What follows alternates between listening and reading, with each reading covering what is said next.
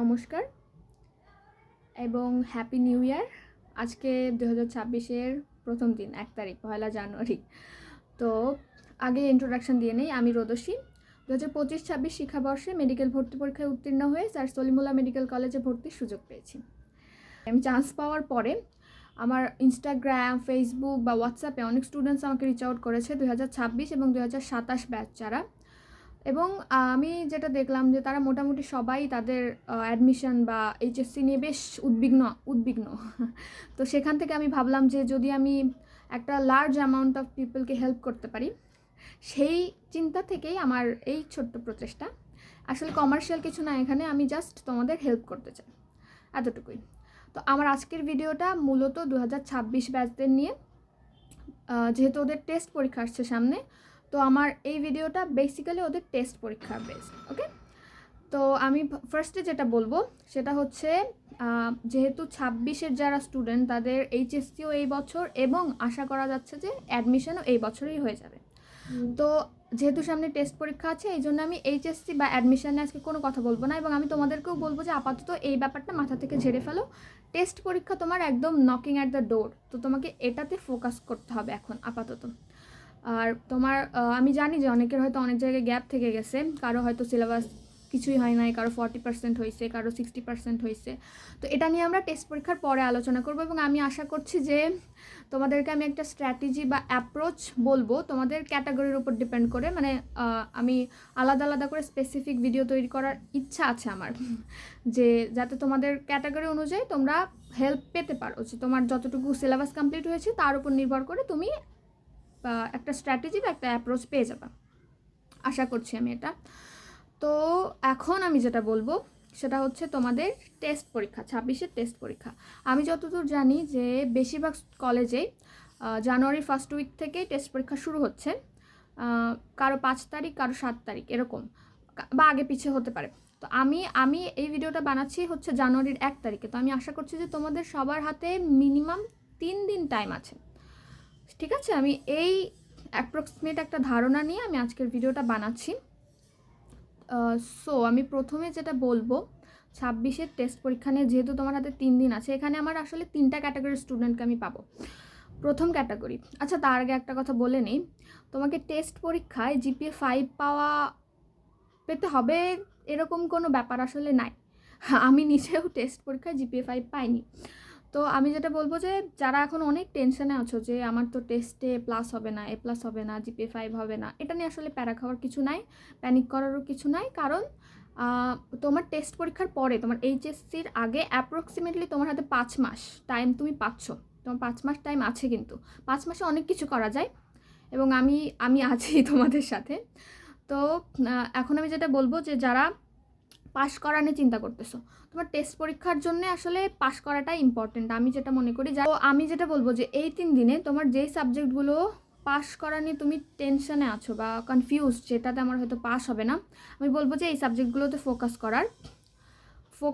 করা বলতে আমি বলবো তোমার যেখানে যেখানে গ্যাপ আছে মোটামুটি তুমি পাস যাতে করতে পারো। দেখবা যে আমি নিজে তো আসলে আমার ওইভাবে একাডেমিক পড়ানোর এক্সপিরিয়েন্স নেই, তাই আমি তোমাকে ওইভাবে স্পেসিফিক্যালি কিছু বলে দিতে পারছি না। তবে তো আমি তোমাকে বলতে পারছি যে তুমি ইউটিউবে বেশ কিছু ভিডিও পাবা যেখানে তোমাকে বলে দিবে যে এই টপিকগুলো পড়লে তোমার এই টপিকগুলো মাস্ট আসবে, এই টপিকগুলো তোমাকে পড়তে হবে। এবং তোমার যদি ওই টপিকগুলোর মধ্যে কিছু কিছু টপিক একেবারেই পড়া না থাকে, সেক্ষেত্রে সব কিন্তু তোমাকে পড়তে হবে না। আমি যেটা বলছি তুমি পাস করার জন্য পড়ো, যেহেতু তোমার এখন পাস করা নিয়ে একটু টেনশনে আছো তুমি, আর টেস্টের জন্য পাস করলেই আপাতত এনাফ। ওকে, সো সেটা করো, ইউটিউব থেকে হেল্প নাও। তোমার যদি কোনো টপিকে প্রবলেম থেকে থাকে, দেখবা যে সেই টপিকের উপরেও ভিডিও আছে, তো ওইটা তুমি করো, আর হয়ে যাবে। আমি আশা করছি যে হয়ে যাবে। একটু একটু কষ্ট করতে হবে। মনে রাখবা এই 3 দিন যদি তোমাকে আমি টাইম বেঁধে দেই, তাহলে কিন্তু এই 3 দিন তোমাকে শুধু পড়াশোনাই করতে হবে, তা না হলে কিন্তু পাস হবে না আলটিমেটলি। তো এটা গেল যারা পাস করানোর চিন্তায় আছো। পাস করানোর চিন্তায় থাকলে কিন্তু পাস করার চিন্তাটাই করো, আমি যেটা বলছি, বারবার বলছি কিন্তু।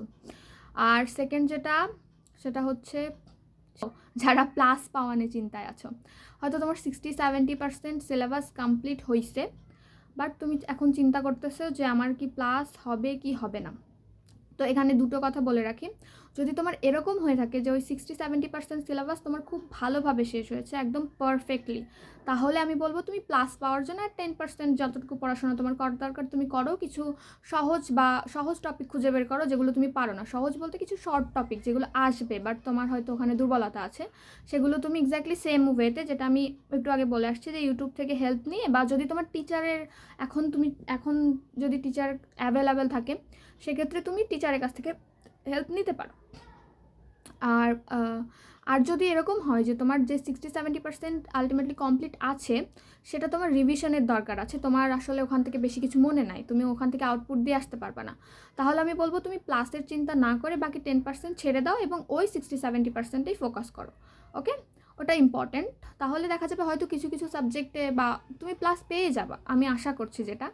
বাট আমি বলবো যদি তোমার মনে হয়ে থাকে যে তোমার ওটা রিভিশন করার দরকার আছে, রিভিশন না করলে তুমি আসলে পরীক্ষার হলে যে আউটপুট দিতে পারবা না, সেক্ষেত্রে তুমি রিভিশন করো। আর আরেকটা ক্যাটাগরি যারা আছে, থার্ড ক্যাটাগরি, তারা হচ্ছে যারা শিওর যে তাদের হয়ে যাবে A+ হয়ে যাবে, তাদের জন্য, তাদেরও আসলে আমি জানি যে আলটিমেটলি কোথাও না কোথাও দুর্বলতা এখনও আছে কিছু কিছু সাবজেক্টে, বা কোনো একটা সাবজেক্টে কিছু টপিক্সের মধ্যে দুর্বলতা এখনও আছে। তো আমি পার্সোনালি সাজেস্ট করব, তোমার যেহেতু মনে হচ্ছে যে তোমার 80% মোর দ্যান 80% সিলেবাস কমপ্লিট আছে, আমি সাজেস্ট করব বাকিটুকুতে এখন ফোকাস না করার। আমার পার্সোনাল সাজেশন যেটা থাকবে, তুমি এখন আপাতত যতটুকু আছে ততটুকুই রিভিশন করো। ওকে, আমার এক্সপিরিয়েন্স থেকে আমি এটাই বলতে পারতাম। আর আর আর যে জিনিসটা ম্যাটার করে সেটা হচ্ছে সবার আসলে টেস্ট পরীক্ষার রুটিন আলাদা আলাদা হয়, তো তোমার রুটিন তোমাকেই সাজাতে হবে, তোমার হচ্ছে পরীক্ষার রুটিনের সাথে মিক্স করে।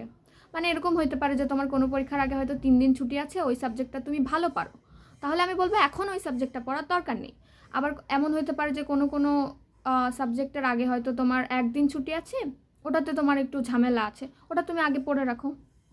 তো তোমার রুটিন আসলে তোমাকে রুটিন বেসিসে তোমার এখন পড়ার যে রুটিনটা সেটা সাজাতে হবে, তোমার পরীক্ষার রুটিন অ্যানালাইসিস করে করে। এটা খুবই ইম্পর্ট্যান্ট, আমি যেটা মনে করি এটা খুবই ইম্পর্ট্যান্ট, তোমাকে পরীক্ষায় কিন্তু আগায় রাখে এই জিনিসটা, তোমার নিজের রুটিন সাজানো, নিজে সাজাবা কিন্তু।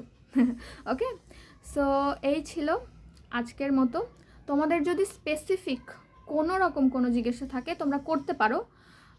হয়তো আমি আসলে অত ডিটেলড ভিডিওতে যাইনি, কারণ আমি চাই না যে তোমরা এখন একটা ব্রড ভিডিও দেখে টেস্ট পরীক্ষার আগে তোমাদের টাইম ওয়েস্ট করো। আমি জাস্ট তোমাদের ভিডিওটা বানিয়েছি একটা কারণে, যে আমি দেখেছি স্টুডেন্টস অনেক প্যানিকড, বুঝতে পারছে না যে আসলে আমার কীভাবে আগানো উচিত, আমার তো প্লাস হবে না, কেউ ভাবছে যে আমার তো প্লাস হবে না, আমার তো পাসই হবে না।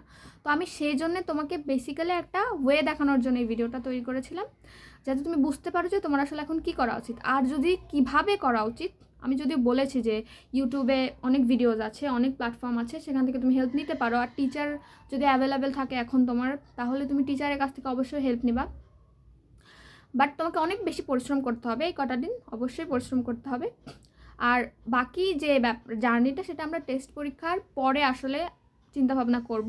আমি যদি ভিডিও দিয়েও ফেলাই এর মধ্যে, আমি তোমাদেরকে সাজেস্ট করব এটা না দেখার, তোমার টেস্ট পরীক্ষা শেষ হোক তারপর তুমি দেখবা। আপাতত তোমার মাথার মধ্যে জানি পরীক্ষার চিন্তাটাই থাকে, আর বেশি চিন্তা করার কিছু নাই। টেস্ট পরীক্ষা আসলে বাসা থেকে হয়তো একটু ঝামেলা করতে পারে, বাট আমি তো বলতেছি আমি নিজেও টেস্ট পরীক্ষায় GPA 5 পাইনি, তো এত চিন্তা করার কিছু নাই, জাস্ট পাস করে আসো আপাতত, তারপর দেখা যাবে কতদূর কী করা যায়। ওকে, সবার জন্যে বেস্ট উইশেস থাকলো, পড়াশোনা করো, অবশ্যই পড়াশোনা করতে হবে, কিন্তু বারবার বলতেছি পড়াশোনা না করলে কিন্তু কোনো লাভ নাই। ওকে, সবাই ভালো থাকো।